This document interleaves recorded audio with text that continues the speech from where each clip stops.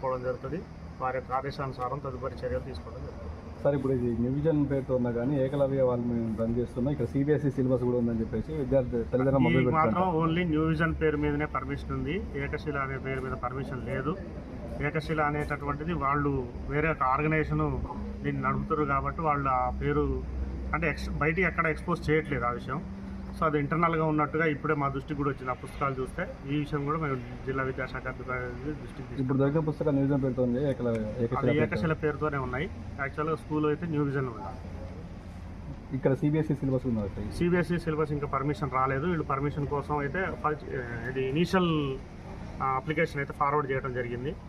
అది ఇంకా సిబిఎస్ఈ వాళ్ళు దాన్ని పూర్తి స్థాయిలో ఇన్స్పెక్షన్ చేసిన తర్వాత ఆ పర్మిషన్స్ అనేటటువంటి శాంక్షన్ అయితే ఇప్పుడు ప్రస్తుతానికైతే పర్మిషన్ లేదు. ప్రభుత్వ నిబంధనల ప్రకారం స్కూల్కి ఎలాంటి తోకలు గిట్లు ఏం పెట్టుకోవాలి, టెక్నాలజీ అలాంటి ఏం పెట్టుకోవాలి. నెక్స్ట్ జనరేషన్ స్కూల్ అని పెట్టారు.